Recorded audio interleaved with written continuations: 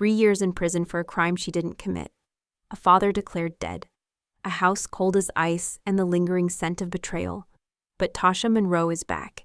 And this time, she's bringing the truth.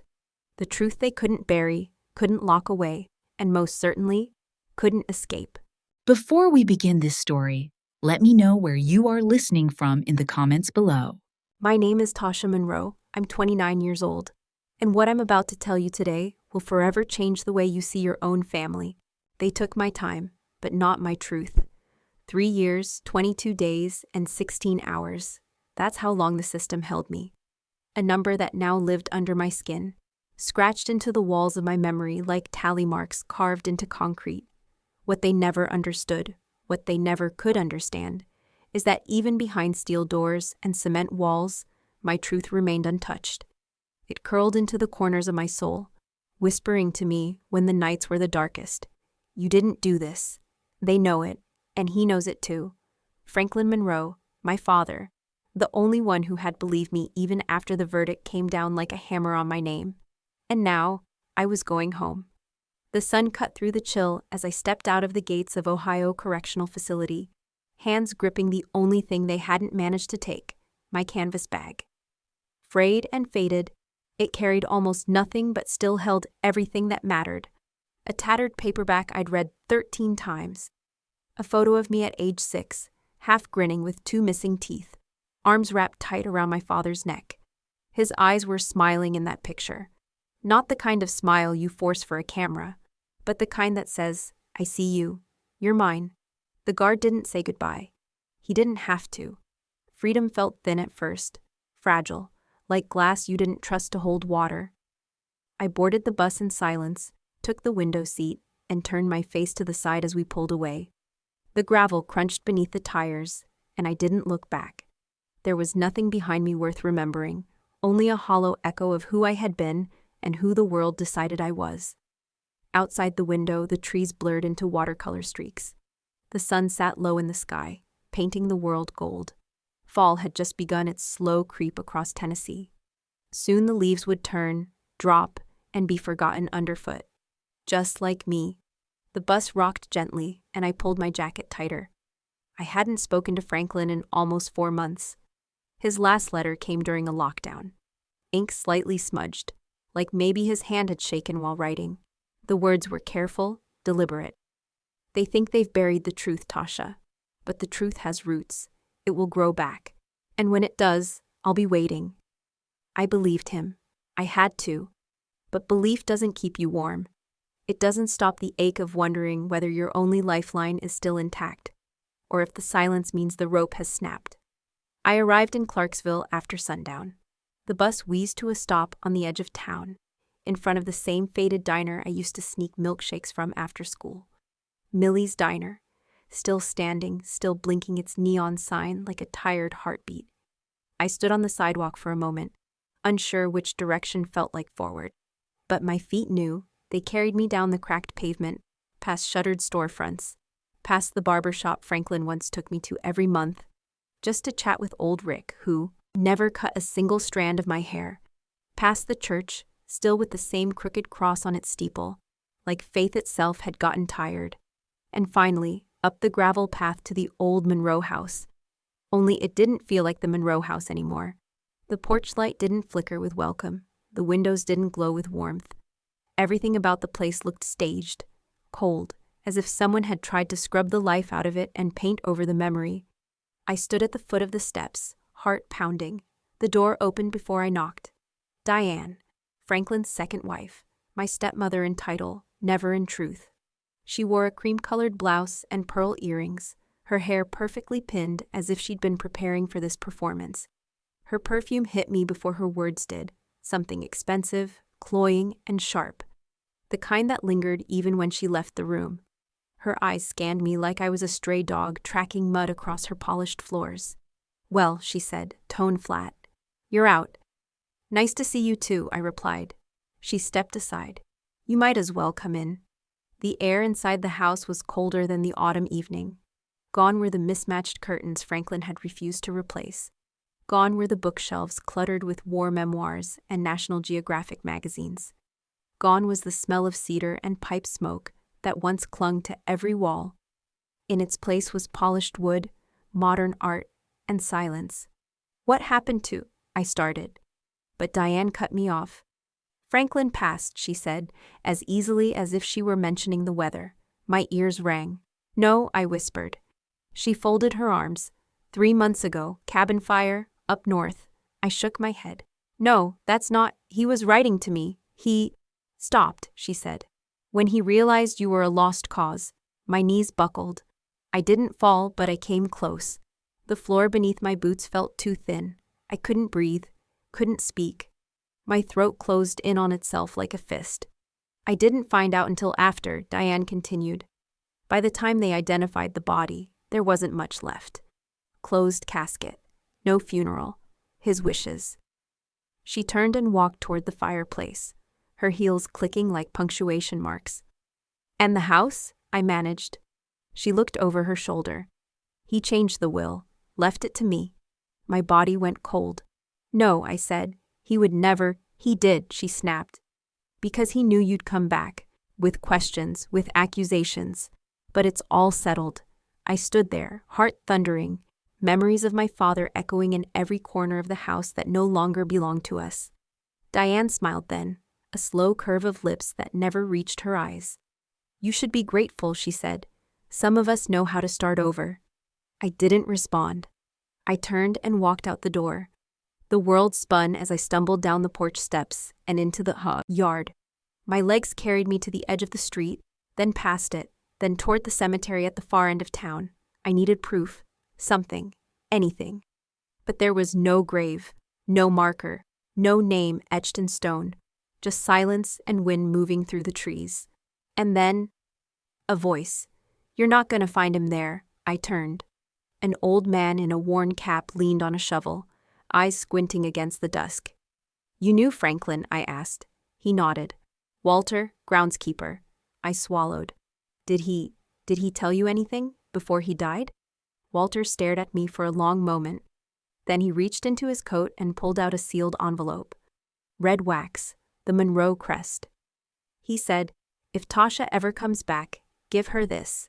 Tell her the truth ain't buried here. It's waiting." My hands shook as I took it. The wax was unbroken. For a moment, I didn't open it. I just held it to my chest like it might be warm, like my father was still holding on, still with me, still fighting. They took everything else, but not the truth. And not me, not yet. The cab dropped me off 2 blocks from the house. I paid in cash, asked the driver not to wait, and stood there for a long moment, my breath catching in the space between memory and dread. I used to love this street. As a kid, I'd ride my bike down the uneven sidewalk, always jumping over the crack by the miller's mailbox. Franklin would wait at the porch, iced tea in one hand and a book in the other, always waving me in like I was returning from war, not the corner store. But that street wasn't mine anymore. And the Monroe house? Well, it didn't look like it had room for me either. The hedges were trimmed with surgical precision. The porch light no longer flickered. It glowed steady and clinical. Even the mailbox had been replaced, a sleek black metal box with Monroe engraved in silver. I climbed the porch stairs one at a time. Each step creaked under my weight, as if resisting my return. The door opened before I could knock. Diane. She filled the doorway like a sculpture, flawless, cold, and unwelcoming. Her perfume struck me first, strong. Florals I couldn't name mixed with something metallic, expensive. The kind of scent designed to intimidate. She wore a pale pink blouse that looked pressed within an inch of its life, and a pearl necklace that caught the light like it had something to prove. "Tasha," she said, voice low and smooth. "You're back. Back. Not home, not safe, just back." I forced a tight nod. "Is he here?" Diane blinked, slow and measured. "You should come in." Reluctantly, I stepped inside. The first thing that hit me wasn't the scent. It was the air, the coldness. It smelled of bleach and lavender cleaner, like the house had been scrubbed not for cleanliness, but for control. It felt hollow, sanitized, like someone had tried to erase everything Franklin ever touched. Gone were the stacks of books on the hallway table, the framed photo of us in front of the Grand Canyon, the chipped umbrella stand by the door. In their place were polished floors, curated paintings, and silence. So much silence. My throat tightened. Diane gestured toward the living room. "Sit, if you'd like." I didn't. I stood. "Where is he?" I asked. Her eyes met mine, too calm. "I'm sorry to tell you this, Tasha," she said, with no trace of apology. "Franklin's gone." I blinked. "Gone?" She tilted her head. "He passed. 3 months ago. Everything stopped." "No," I said automatically. She folded her arms. "There was a fire, the cabin. He went up there for some rest. It was accidental." I shook my head. "You're lying. He wrote me 4 months ago." "Then that was the last," she replied. "After that, he stopped, and then he died. We scattered his ashes near the lake. His wishes." I stared at her. My ears buzzed. I felt my body start to sway, and I reached for the wall. There was no obituary, no funeral, no call, just Diane, breaking the news like she was reading a grocery list. My voice cracked. "I didn't know. Why didn't anyone—" "You were incarcerated," she said flatly. It didn't seem appropriate. I wanted to scream. Instead, I stumbled back a step, my hand brushing against the cool surface of the hallway console. No dust, no clutter, no sign that Franklin Monroe had ever lived here. I felt the bottom drop out of me.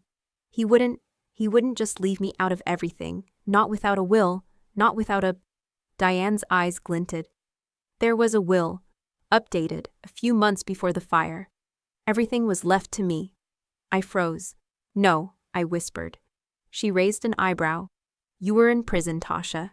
It's not like you could manage an estate." I looked around, seeing now what I hadn't wanted to. The redecoration, the sterilization, the erasure. "Where are his things?" I asked, voice shaking. "His books? His jacket? That old desk?"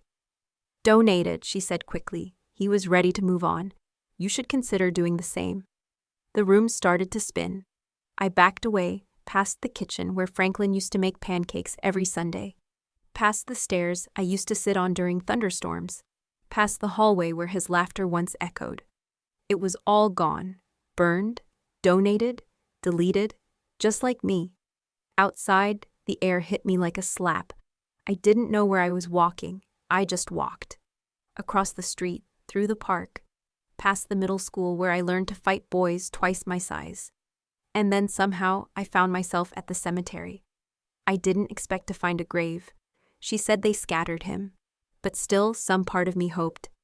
I searched, up and down, row after row, my fingers brushing worn stone. But there was no Franklin Monroe, no marker, no date, no proof. It was like he never existed. I sat on a nearby bench, shivering.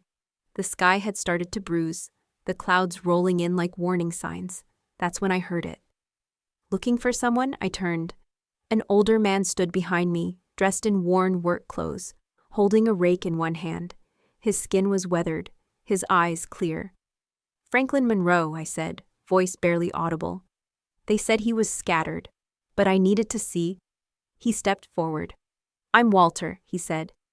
"Been taking care of this place near 30 years. I knew your father." My breath caught. "You did?" He nodded. "Good man, quiet, thoughtful. He came by not long before before they said he passed." I swallowed. "Did he say anything?" Walter studied me. Then slowly he reached into his jacket pocket, pulled out a sealed envelope, thick, heavy, closed with deep red wax, stamped with the Monroe family crest. He told me, "If Tasha comes back, give her this, and tell her, the truth ain't buried here. It's waiting." I stared at the envelope like it might explode. Then I took it. My hands trembled. Walter tipped his hat. "He cared for you. Don't ever let anyone make you doubt that." I nodded, too overwhelmed to speak.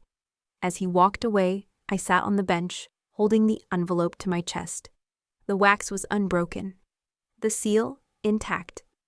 Whatever was inside, Franklin had made sure only I would see it. They had taken everything, stripped the house, lied about the fire, cut me out of the will. buried the truth like it was an inconvenience. But this letter, it was proof that someone still believed me, someone still saw me, and somewhere, somehow, my father was still fighting. I pressed the envelope to my lips, closed my eyes, and whispered, "I'm here, Dad. I found the trail." The cemetery was quiet, but not the kind of peace that soothes.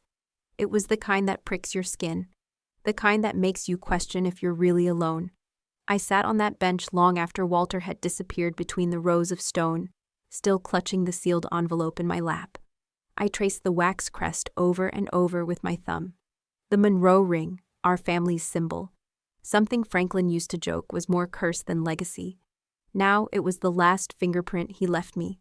I didn't open the letter right away. Part of me was terrified. Because once I broke that seal, there'd be no pretending, no more guessing. The truth would be in black and white, and whatever came after, there'd be no turning back. But fear had already taken too much from me. I took a breath, steady and full, like diving underwater, and cracked the seal. The paper inside was thick, crisp. My father's handwriting, neat, angled slightly right, like he always wrote when he was in a hurry but still wanted to be clear. Tasha, if you're reading this, it means I had to disappear. You were framed, and so was I. The words hit like a car crash. No easing in, no build-up. Just the blunt force of truth slamming against years of doubt and silence. They came for us both, me through threats, you through the courts. Diane and Dean Mallory, there's more behind them, I'm sure, but those two? They're the architects. They wanted my land, my silence, your disappearance. I couldn't stop what happened to you, and that will always be my greatest failure. I stopped reading, my throat closed. The tears came too fast to catch, hot and ugly and silent. I pressed the letter to my chest and let myself cry for the first time in months. Not just for the years they stole from me, not just for the fear, but for the way Franklin still held me, even from wherever he was hiding. When I could breathe again, I kept reading. There's a safety deposit box at First Trust Bank in Nashville, box 9918. The key is enclosed. Inside you'll find records, documents, and enough cash to get you started. But most importantly, the trail. Proof of what they did, of how far it reaches. Use it wisely. Trust no one except Joe. Joe. Uncle Joe. I hadn't seen him since the trial. The memory flashed. Him standing up in the back row of the courtroom, shouting, "This is a goddamn lie," as the verdict was read. I remember the bailiff pushing him back, the gavel slamming, and then silence. Joe had been the only one who ever fought for me besides Franklin. The letter ended. "You were always braver than me, Tasha. I built walls. You burned through them. Hold on to that. Hold on to the truth. It's the only thing they can't lock up." Dad, I stared at the signature. And for the first time since the day I was sentenced, I didn't feel like an inmate. I felt like a daughter. The next morning, I was on a bus to Nashville. The key to box 918 felt heavy in my pocket. Not because of the metal, but because of the door it might unlock. I kept one hand pressed against it the whole ride, like I was afraid it might vanish. The First Trust Bank sat on the edge of downtown, its stone facade carved with confidence and history. I'd passed it 100 times growing up. Never imagined I'd walk in with a key to something Franklin had hidden. The clerk at the front desk looked up as I approached. "I'm here to access a deposit box," I said. She raised an eyebrow. "Do you have the key and identification?" I handed her both. She frowned slightly at the ID. Probably not every day she saw a recently released inmate walk in with a key to someone else's legacy. "Box 918, she said, confirming. "Follow me." The vault room was colder than I expected. Steel walls, dim lighting, the kind of place that made you speak in whispers, even when you were alone. She pulled the box and set it on the table, then stepped back. "I'll give you privacy." The lid creaked as I opened it. Inside was a sealed envelope, a manila folder thick with documents, a small zippered pouch, and a photograph. I pulled the photo out first. It was me, maybe 6 or 7, sitting on Franklin's lap, my face buried in his flannel shirt. His hand rested protectively on my back, the family ring shining on his finger. The edges of the photo were worn, like it had been held too many times. I turned it over, in Franklin's handwriting. This is what I was fighting for. My eyes burned again, but I pushed through it. I opened the pouch. Inside, stacks of $100 bills, neatly wrapped, $50,000 in total. It wasn't just money, it was mobility, options, safety. Underneath the cash were 2 USB drives, labeled Trail B, duplicate. I plugged one into my laptop, fingers trembling. A folder popped open, audio files, PDFs, spreadsheets, copies of legal filings, scanned receipts showing land transfers, unauthorized wire payments to shell companies, each one tied to Mallory, or Diane, sometimes both. But it was the recordings that stopped me cold. Franklin's voice. Tasha, if you're hearing this, then something's happened. I've been collecting this for months, maybe years. Diane thinks she's clever. Mallory thinks he's untouchable, but paper doesn't lie, numbers don't forget. One by one, I listened. Each file painted a clearer picture. Mallory had used his position on the council to siphon funds from community grants. Franklin had threatened to go public. Diane, his wife, my stepmother, had convinced him to wait, while secretly feeding information to Mallory. And when Franklin got too close, the fire happened. Or so they said. But now, with these files, the fire didn't feel like an accident anymore. I closed the laptop and packed everything carefully back into the bag. Franklin had built a case, and now it was mine to finish. But I couldn't do it alone. I needed someone who knew how to fight dirty, who still believed the law could be bent back into shape. I needed Joe. It took me 2 days to find him. His number had changed. The station said he'd retired after a health scare, though the way the officer said it made it sound more like a quiet firing. Finally, I tracked him down through an old neighbor, out near Cedar Hollow, in a cabin Franklin had helped him build. I drove through the hills in a borrowed truck, past trees thick with October's turning leaves. The road narrowed the deeper I went, nature reclaiming space, like time folding inward. And then I saw it. A small, hand-built cabin nestled among the trees. A pickup truck out front. A light on in the window. I parked, heart pounding, stepped out. The porch creaked as I approached. I raised my hand to knock. The door opened before I could. Joe stood there, older, grayer, but the same fire in his eyes. He didn't speak. He didn't need to. He just looked at me and said, "You found the truth, didn't you?" I nodded. Then I stepped inside, and finally, after all this time, I wasn't alone anymore. I didn't sleep much after reconnecting with Joe. How could I? The ledger he gave me, the one Franklin had hidden in a floorboard, in a cabin that was supposed to have burned down, was more than evidence. It was a map, a coded, handwritten web of transactions, fake companies, backroom deals, forged approvals, and at the center of it all, Diane, Dean Mallory, and my father's name, linked like a cautionary tale to a system so broken it didn't even flinch when it chewed up its own.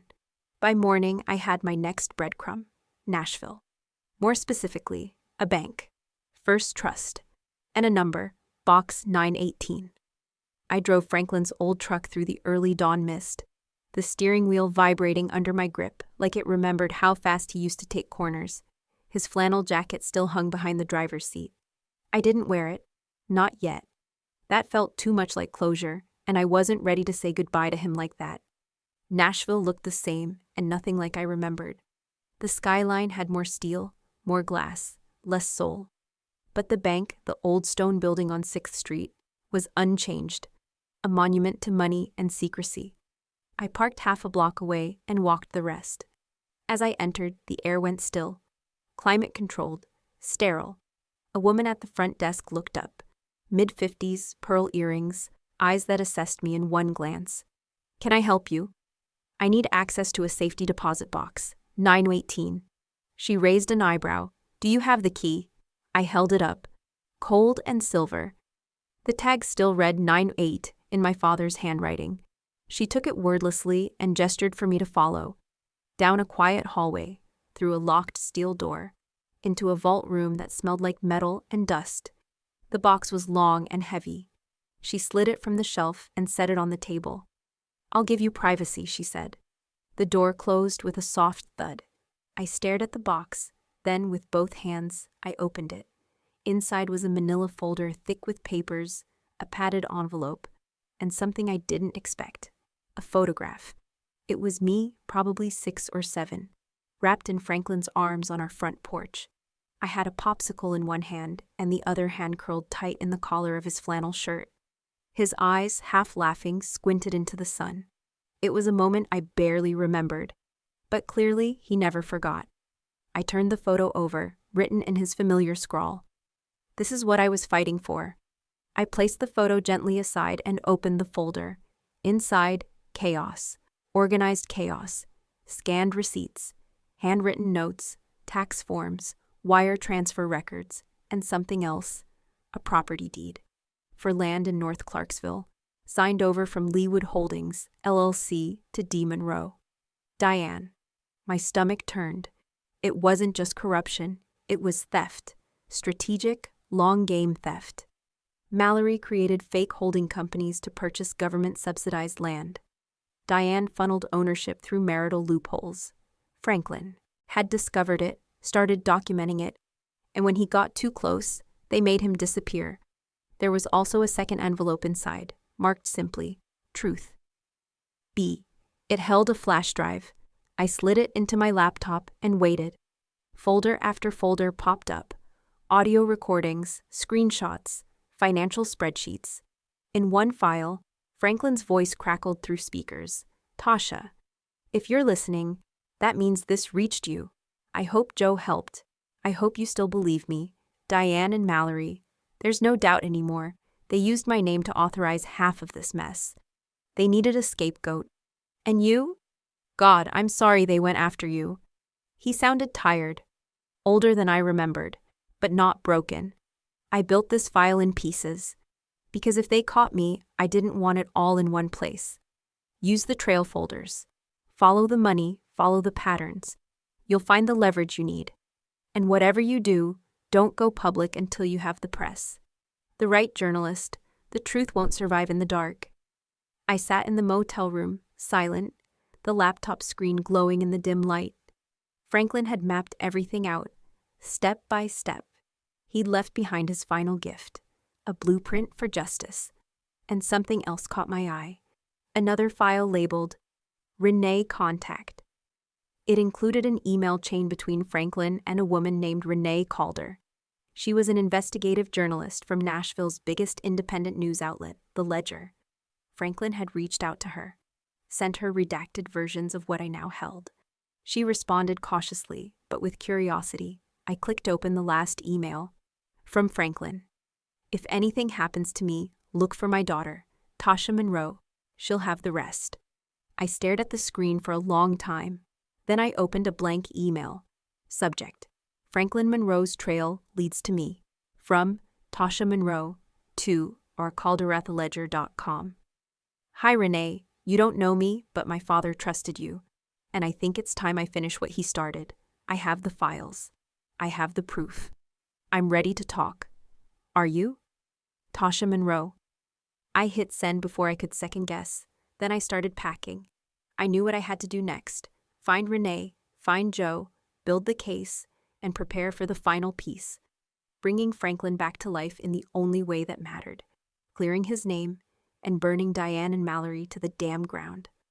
It was past midnight when I finally arrived back at the cabin. Joe was still awake, porch light on, coffee in hand. He looked up as I climbed the steps. Well, he asked. I dropped the folder and flash drive on the table in front of him. That, I said, is the beginning of the end. Joe flipped through the pages, his brow furrowed, eyes scanning fast. He looked up. This is enough. Not yet, I replied. But with a journalist, a courtroom? Maybe, he tapped the folder. We're gonna need a plan, a good one. I nodded. And allies and caution. He smiled grimly. I've waited years for this. I pulled the photo from my bag and placed it between us. Me and Franklin, young, unbroken. This, I whispered, is what we're fighting for. Joe reached for the photo, then looked me in the eye. Let's make him pay, kid. And for the first time in years, the fire in me didn't feel like rage. It felt like purpose. Joe's cabin smelled like pine wood, dust, and something old and steady, like grief that had settled in and made itself comfortable. It reminded me of Franklin, not the man after the trial, not the one who wrote shaky letters on yellowed paper, but the man who used to whistle in the kitchen on Sunday mornings, who built bookshelves by hand and taught me how to skip rocks. The man who would look me in the eyes and say, "Tasha, they can take everything from you but your name, so guard it like gold." Now they had tried to take even that, and here I was, dragging what was left of it into this cabin, hoping I hadn't come too late. Joe didn't ask many questions. He just made coffee, pulled out a second mug from a chipped cupboard, and nodded toward the table like I belonged there, like no apology was necessary for the years we'd lost. "I figured you'd show up sooner or later," he said, voice gravelly. "Franklin told me you were the only one who'd have the guts to follow the trail." "I didn't have a choice," I replied. "They made sure of that." He looked at me for a long second, then reached into a drawer and pulled out a worn leather ledger. He set it between us, and I knew, before he said a word, that this was the piece Franklin had trusted to no one else. "Your father started this," Joe said, "but he couldn't finish it. Not alone. He knew Mallory was more than a corrupt politician. He was a system, protected, dirty down to the roots." Franklin kept his head down, hoping to stay one step ahead. He opened the ledger and started flipping through pages, each one covered in meticulous handwriting, annotated in Franklin's steady script. Transaction IDs, shell companies, slush funds, real estate bought and sold through fronts. Public grant money rerouted into pockets. Diane's name appeared more times than I could count. But there was more: whispers, testimonies, people Franklin had interviewed, quietly, carefully, people like city clerks, grant writers, a disgraced building inspector.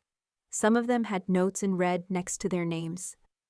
Cooperative, nervous, wants anonymity. Others were crossed out with a single line. One was circled: Renee Calder. I pulled out the photograph I'd carried from the safety deposit box.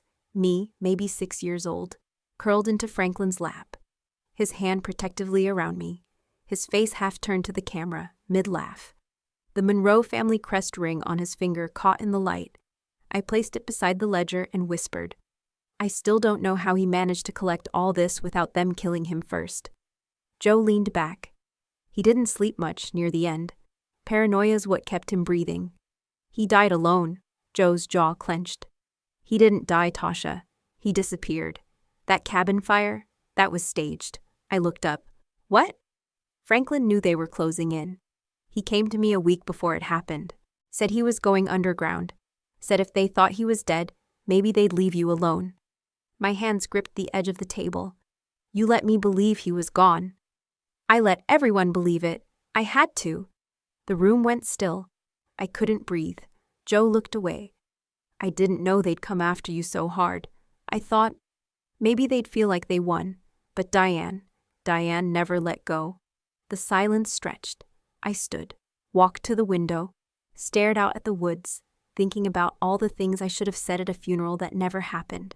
I turned back. "Is he still alive?" Joe's face told me everything I needed to know. "I don't know," he said quietly. "He promised he'd check in when it was safe. But it's been months." I sank back into the chair, hands shaking. He might be alive, or not, but he'd believed in me enough to pass the torch. And now the fire was mine to carry. I reached into my bag and placed the USB drive on the table next to the ledger. He left digital backups, audio logs, emails, even financial spreadsheets tracking Mallory's payouts. He built a trail, Joe. All I had to do was follow it. Joe flipped open his laptop and plugged in the drive. Within seconds, Franklin's voice filled the cabin. "Mallory's money is tied to federal grants. Diane facilitated the laundering through a land development nonprofit, one she chairs. They've buried millions through fake projects. They've rewritten documents, falsified permits. If this comes out, it won't just take down Mallory. It'll take down the entire city council." Joe looked up, eyes sharp. "This is enough to bury them." "No," I said. "It's enough to scare them. If we want to bury them, we need exposure." I pulled out my phone and opened the email chain with Renee. She agreed to meet, tomorrow. Quiet diner near Belmont. "I'll bring the evidence. You bring backup." Joe nodded. And after that, we prepped for a war. He grinned, tired but alive. Now you sound like a Monroe. We stayed up half the night, organizing files, printing hard copies, creating backups of the backups. Joe even rigged an old-school tape recorder as a redundancy. You can't trust anything digital, he muttered, not when power's on the other side. Around 3 a.m., I stepped out onto the porch. The woods were dark, dense, full of memory. I could almost hear Franklin's voice whispering with the wind, feel his hands wrapping around mine as a child. He'd once told me the truth was like a seed. It could survive anything, time, fire, concrete. It just needed someone willing to water it with faith. I turned the photo over again. On the back, in his handwriting, for Tasha. When the world forgets who you are, remember this is where you started. And who you've always been. I pressed the photo to my heart, then went back inside, sat beside Joe, and whispered, "We're going to burn them down, brick by brick." He didn't respond, but he didn't need to. Because we both knew, the truth wasn't buried anymore. It was coming to light. And this time, there'd be no turning back. It took 6 hours, 2 near-dead GPS signals, and 1 wrong turn onto a forgotten forest road before Joe finally cut the engine and said, "We're here." But here looked like nothing. Just trees, tall, still, unbothered by time, and a small gravel trail leading deeper into the woods. There was no sign, no mailbox, no path that said hope lives here.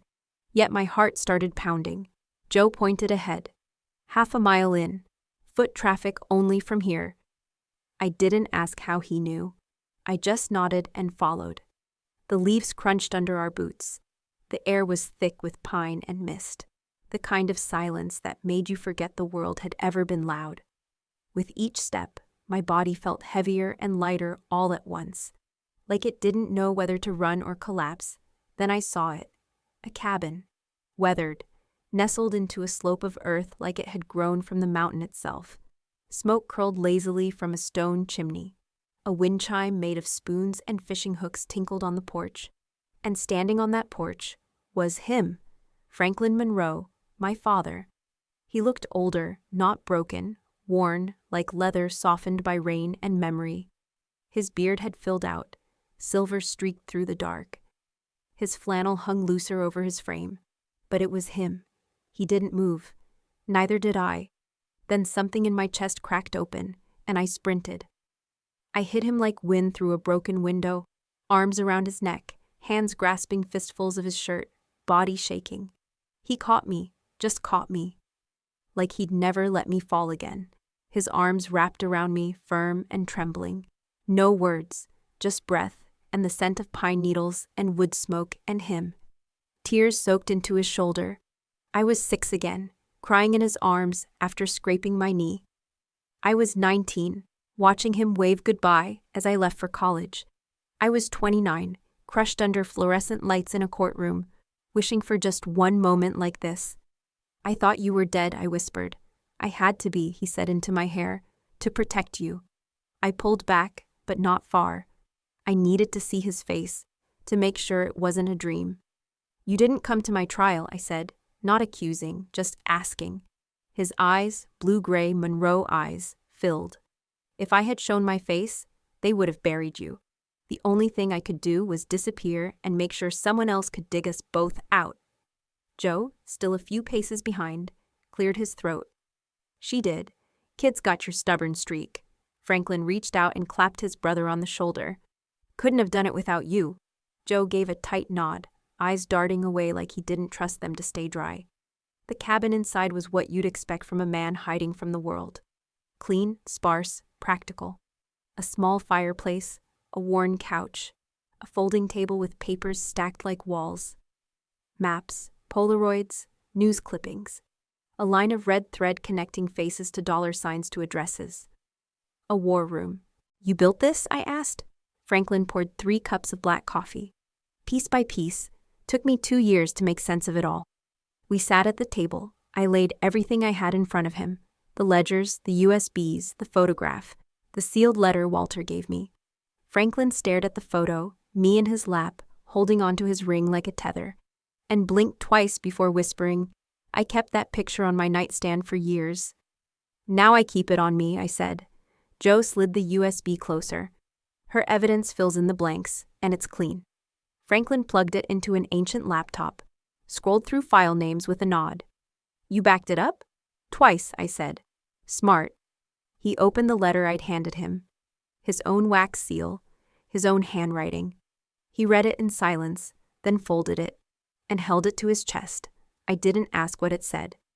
I remembered the words, "You were framed." And so was I. He knew I knew. Instead, I asked, "Why now? Why reveal yourself?" "Because you made it this far," he said. "Because I needed to know the fire in you hadn't gone out, and because they're not done." We stayed up until the moon climbed past the treetops, plotting, comparing notes, layering timelines. At one point, Jo fell asleep on the couch, arms crossed like a soldier in a trench. Franklin and I sat in the firelight. I told him about the night in prison, the one where I stopped believing he'd ever come. He took my hand. "I never stopped watching," he said. "I wrote letters I never sent. I kept your photo taped to my compass." "Do you know what I remember most?" I said. He shook his head. "That day you came to visit, through the glass, you cried. But before the guard took me back, you said, 'Hold on to the truth, Tasha. It's the only thing they can't lock up.'" He smiled, not wide, just enough. "That's the one line I hoped you'd remember." "I did," I said, "and now I finally understand it." The fire crackled. He leaned back. "I didn't just go into hiding to survive. I went so that one day, when the dust cleared, you'd have a future. And now? Now we fight together."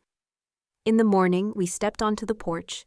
Franklin handed me a fresh mug of coffee, looked out into the woods, and said, "I rebuilt this cabin from scratch after the fire. Every plank, every nail. It took me longer than it should have. My hands weren't what they used to be." I looked at him. "But you finished it." He nodded. "We'll rebuild everything, Tasha. Not just this, the life they tried to burn, the truth they tried to erase." I didn't say anything, I just leaned into him. And for the first time in years, I felt whole. Nashville felt louder than I remembered. The city pulsed with energy, honking cars, hurried footsteps, and conversations that overlapped like static. It had a rhythm of its own, uncaring of who had just come back from the dead.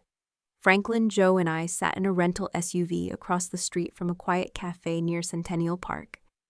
The blinds inside were drawn, but through the gaps we could see her, Renee Calder. Renee wasn't like most journalists. She didn't chase chaos for fame. She chased it because it burned her.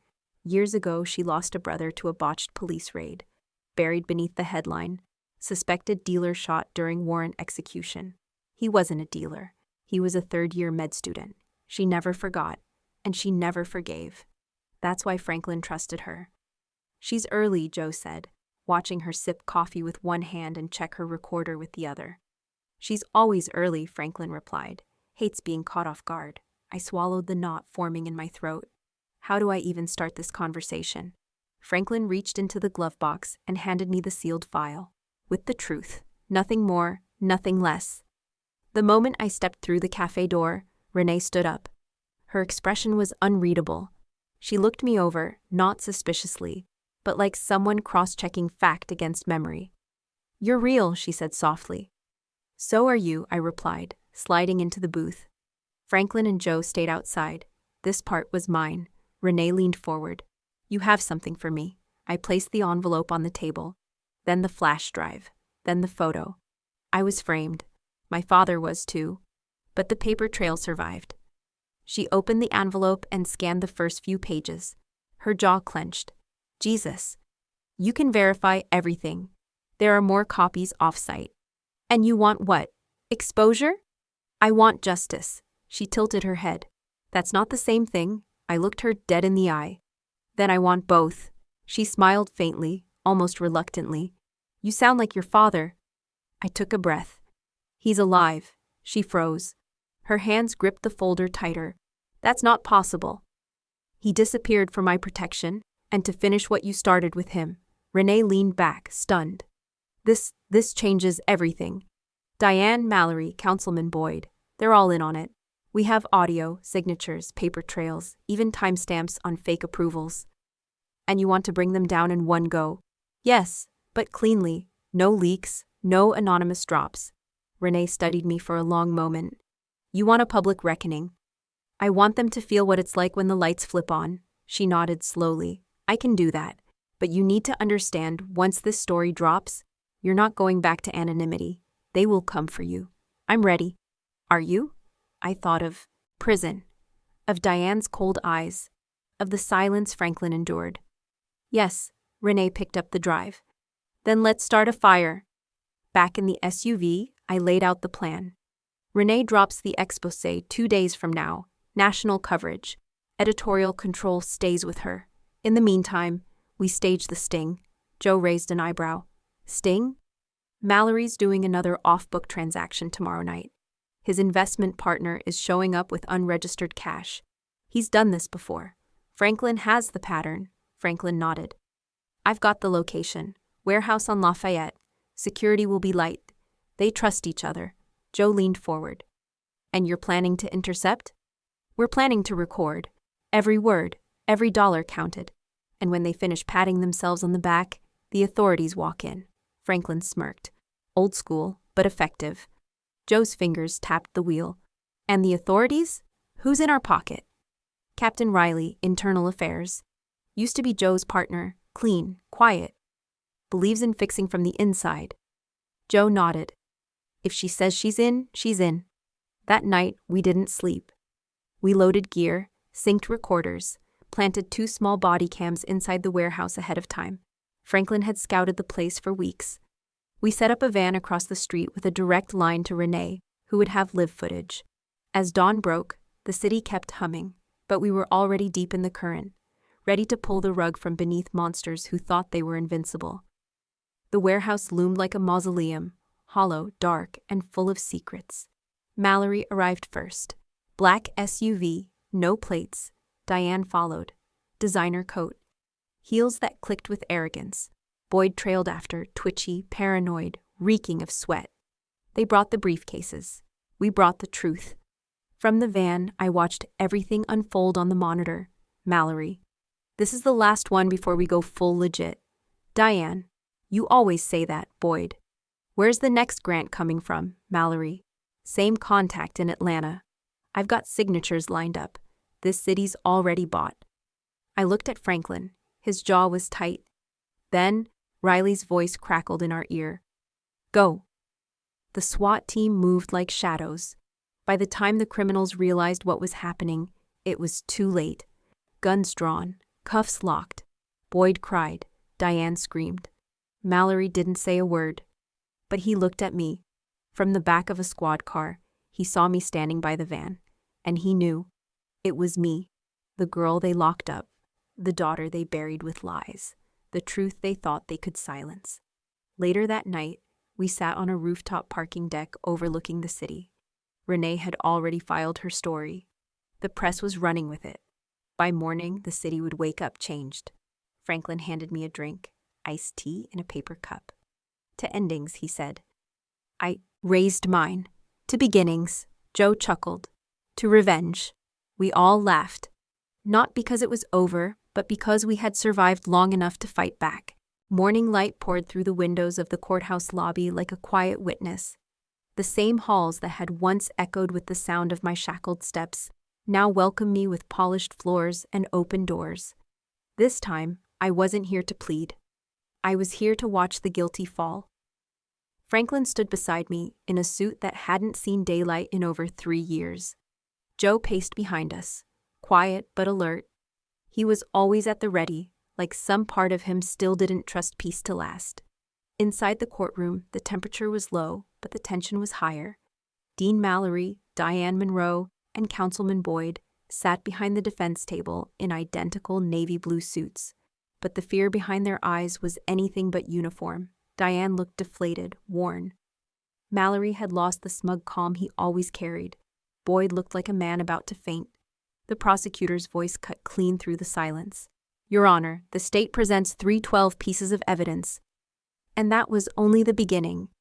Over the next 2 days, the courtroom became a battleground of facts. Video evidence, financial trails, falsified signatures, anonymous shell companies, all unraveling decades of corruption with surgical precision, Renee testified. Calm, precise, powerful. She explained how Franklin had first approached her before disappearing, how they had coordinated anonymously, how Tasha's case had become a thread she never stopped pulling. Then came Joe, a retired cop with nothing to lose and everything to say. His testimony was a hammer. When he described Diane's manipulation, Mallory's bribes, Boyd's threats, no one in the room blinked. Then it was my turn. I stood, not just as the victim of a frame job, not just as an ex-con, but as someone who had walked through fire and come out holding the truth. My name is Tasha Monroe, I began, and I spent 3 years in prison for a crime I did not commit. I told them about the night I was arrested, the silence in my father's absence, the way my voice didn't matter until I had proof it should. And when I spoke about the photo Franklin had left for me, the courtroom hushed like a church. Truth, I said, isn't a concept. It's a living thing, and if you bury it, it grows teeth. When I stepped down, the jury watched me differently, not as a woman who'd been broken, but as one who had refused to stay that way. The verdict came faster than any of us expected. All 3 guilty. Mallory, 18 years in federal prison. Diane, 10 years with no chance of parole. Boyd, 25 years plus restitution. The courtroom remained silent as the sentences were read aloud. No gasps, no protests, just the sound of justice sliding into place. Franklin exhaled beside me, a breath that had been trapped in his chest for years. Joe nodded once, his version of a cheer. Renee gave me a subtle thumbs up from across the room. And me?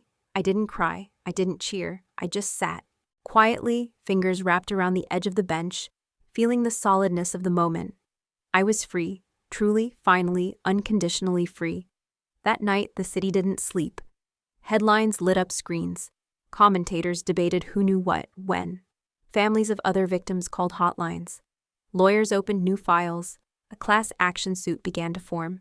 The mayor ordered a review of all convictions connected to Mallory's office. Franklin and I watched it unfold on a small TV in the cabin. Joe poured us bourbon, just 1 glass each. To the ones who thought they were gods, he said, raising his. To the ones who fought like humans, I replied. We clinked. Renee joined us the next day with news. You're being offered a settlement, she said. State compensation for the wrongful conviction. 1.2 million, I blinked. That much, she laughed. It should be 10 times that, but it's a start. Franklin smiled. Guess that nonprofit idea has a budget now. We all knew what he meant. The cabin wasn't enough. What we'd started couldn't stop at us. Weeks passed, then months. The porch light we had rebuilt stayed on every night. It became a symbol, not just for us, but for everyone who heard our story. Volunteers showed up. Donations arrived. Lawyers offered free hours. Architects sketched blueprints. And in the spring, we broke ground on something bigger. The Monroe Foundation for Justice and Reintegration. It sat at the edge of the forest, just within sight of the cabin. It had 3 wings: legal aid, housing for former inmates, and community programs. We called the main building the Truth House. The first residents arrived before we even finished painting the sign. Young men, single mothers, veterans, survivors of injustice with nowhere else to go. They found food, beds, guidance, and most importantly, believers. One evening, just before summer, Franklin and I sat on the front porch. The sun dipped low, casting golden light over the hills. Children's laughter rang out from the new basketball court. The smell of wood smoke mixed with grilled vegetables and fresh air. He sipped his tea and said, "You think your mother would have liked this?" I didn't answer right away. Then I said, "I think she would have found peace here." He nodded. "So have I." We sat in silence for a long time. Not the silence of fear, but the silence of something whole. He looked out at the trees, then up at the porch light, glowing above us. "We fixed it, Tasha, just like we fixed everything else." And I believed him. Because the truth didn't just save us, it rebuilt us, brick by brick, word by word, together. The first thing I noticed walking back into court wasn't the press, or the polished oak panels, or even the cameras buzzing like flies in the gallery. It was the silence. The kind that comes before a storm, but this time, I wasn't the one standing in its path. I was the one holding the lightning. Franklin sat beside me, suit pressed, hands folded neatly in his lap. Joe flanked the other side, eyes steady. We weren't here to fight anymore. We were here to witness the results of the fight we'd already won. And this time, the weight wasn't on us. It was on them. Diane Monroe, seated directly across the aisle, looked nothing like the woman who used to run our household with surgical cruelty. Her makeup was smudged, her hair limp, but her posture still tried to command power that no longer belonged to her. Dean Mallory's face was pale. His hands fidgeted in his lap, fingers twitching against invisible strings. Councilman Boyd, well, he looked like a man who had finally accepted that the wolves had come, and they weren't leaving. The judge entered. Everyone rose, and so it began. The prosecution didn't waste time. Over the next 4 days, they laid bare the anatomy of the corruption. Bank accounts tied to offshore corporations, ghost nonprofits funneling taxpayer funds, emails, calls, wire transfers, all the breadcrumbs we had followed, now baked into an airtight case. Renee Calder took the stand again. Her testimony was sharper this time, more deliberate. She spoke with the confidence of someone who had seen injustice and set it on fire. Then came the forensics analysts, the audit experts, the whistleblower from inside City Hall who confirmed what we already knew. Mallory, Diane, and Boyd had built an empire on fraud. The courtroom turned into a gallery of evidence.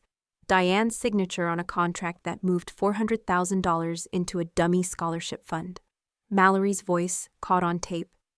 The girl goes down for this, or we all do. Boyd's fingerprints on a document that never reached the public register.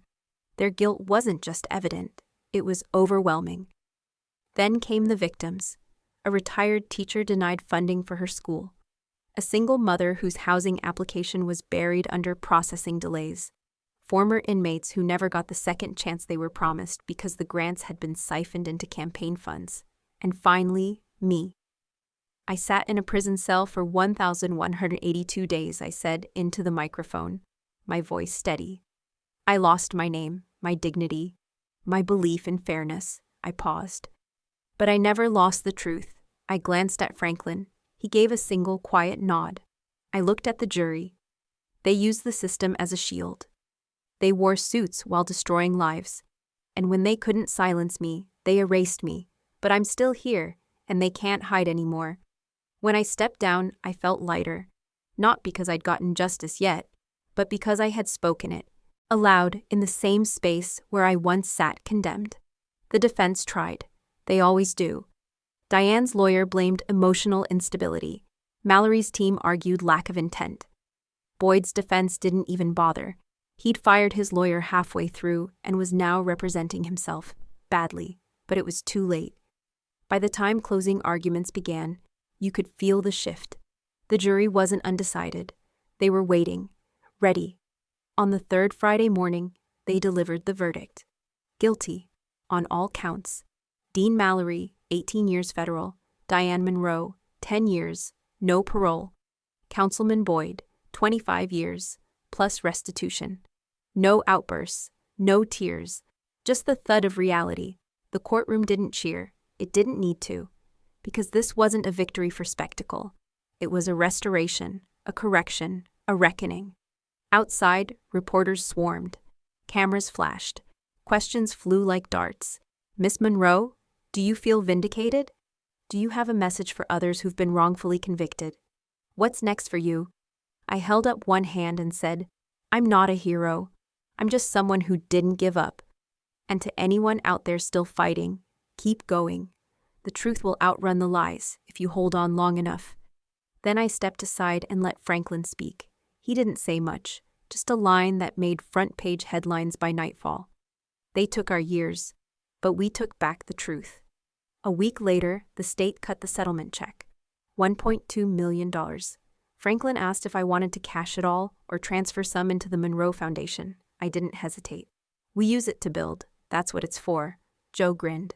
You sound like your old man, Franklin chuckled. She sounds better.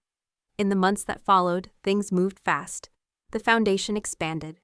We bought the lot next to the cabin and started construction on transitional housing. The first 5 residents arrived before we finished drywall. A woman named Carla, who had served 7 years for a crime committed by her employer.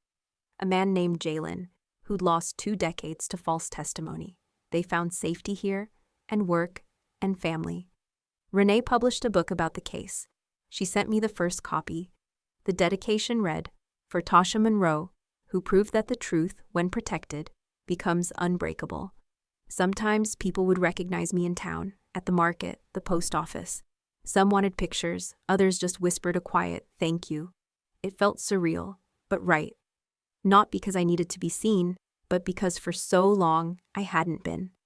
One night, Franklin and I sat under the porch light, the same one he rebuilt the day I came home. He held a mug of chamomile tea. I had black coffee, still my old habit. "You know," he said, "I used to dream of this moment. But in my version, I wasn't old. I hadn't lost weight. I didn't have gray in my beard." I smiled. "In my version, I was never in prison." He nodded slowly. "But we're here."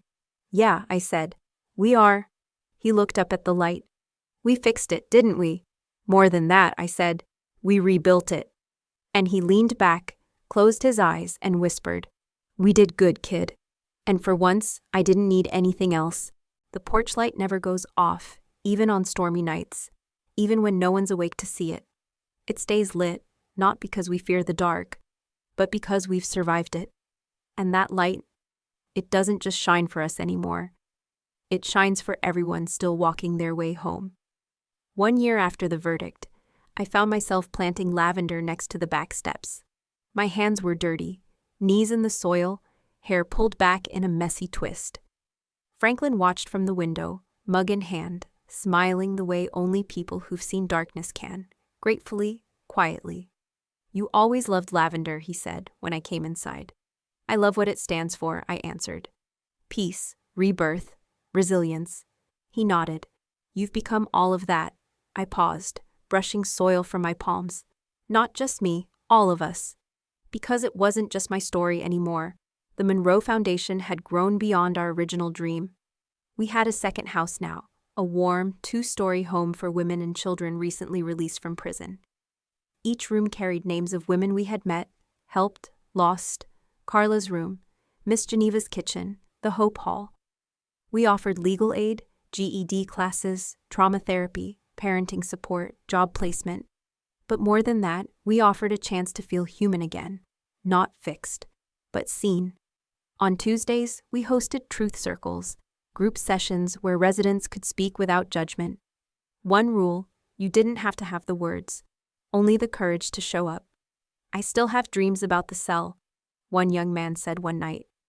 "But here, I dream different." That stayed with me. Because that's what we were building, not just freedom, but new dreams. One crisp October afternoon, Renee returned with her camera crew for a follow-up segment. We walked through the gardens, the library, the kitchen humming with life. "Do you ever feel like you're finished?" she asked. I shook my head. "Healing isn't a destination, it's a daily decision," she smiled. That line's going in the piece. Later that evening, she captured a moment I didn't know she was filming, me sitting on the porch steps, watching 2 boys from the shelter play tag in the gravel. One of them laughed so hard he fell over and rolled.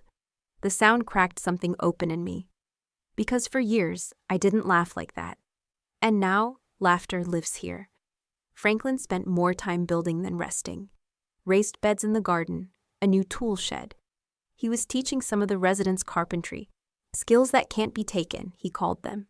Some nights, I'd find him in the workshop, hands blackened, sweat dripping, but eyes soft. "I spent so long hiding," he once told me. "Now I just want to build something that stays." "You already have," I replied. And it was true. The porch, the light, the people, that was his legacy. Not what he lost, but what he protected. Joe visited more often these days, fully retired. He'd show up with pies from local bakeries, argue over chess strategies with the residents, and tell stories that got taller every time. "Did I ever tell you about the time I handcuffed a mayor for parking in a handicap spot?" No, Joe, but I'm sure you will. He grinned like a teenager and made himself at home. Joe had become a symbol in his own right, a reminder that not all who wear the badge forget their oath. And the residents loved him for it. Winter arrived quietly. Frost hugged the windows. We added space heaters to the community rooms, made spiced cider in big pots, knit scarves during evening gatherings. For many of the residents, it was their first holiday season in freedom. We gave each one a stocking, simple things inside: gloves, a journal, a pen, a handwritten letter from one of the staff. It wasn't much, but it was everything, because they mattered. On Christmas Eve, Franklin and I sat out on the porch, bundled under a wool blanket. The stars were sharp that night. Cold air, warm hearts. I held a mug of cocoa. He held my hand. "Do you think people forget?" I asked. "About what?" "What it took to get here." He thought for a moment. "I don't think they forget. I think they soften the edges. Because if you remember every bruise, you stop dancing." I laughed. "That's poetic for a man who still uses a flip phone." He grinned. "Progress takes time." One of the porch bulbs burned out in January. Franklin climbed up the ladder to change it. As he screwed in the new bulb, I asked him, "You really think that light matters to anyone passing by?" He looked down at me and said without hesitation, "Yes, because someone out there is still looking for a sign that they're not alone." And that night, as I watched it glow again, steady, unwavering, I believed him. Because I had once looked for that same light. On the anniversary of my release, we held a candlelight vigil. Not just for me, but for everyone who never made it home. We read names aloud, we held hands. And then, in a moment of collective silence, we lit the porch light. One resident whispered, "That light's been through hell and still burns." And I thought, yes, just like us. Now, as I sit here finishing this story, the porch light glows beside me. Franklin hums an old song in the background. Joe is napping in the hammock. The garden sleeps. The kitchen is alive with the clinking of dishes and someone laughing. I look up at the stars and exhale. Not with pain, but with peace. Because truth, I've learned, is not just what sets you free. It's what you build everything else on. And on that truth, we've built something louder than lies, stronger than bars, brighter than darkness. We've built home, and the light is always on. There are wounds that don't need revenge to heal. They just need to be seen. Tasha didn't fight back with hatred. She answered betrayal by creating an organization that helps others avoid the nightmare she once endured. She proved that justice isn't the sound of a gunshot. It's the soft glow of a porch light, shining each night so someone still lost can find their way home. And sometimes, the strongest thing isn't winning. It's staying gentle, even after everything has been taken from you. If you've ever believed that some truths can't be locked away forever, leave a comment. It doesn't have to be long. It doesn't have to be eloquent. It just has to be real. Because maybe, just maybe, your words could become someone else's porch light in the dark.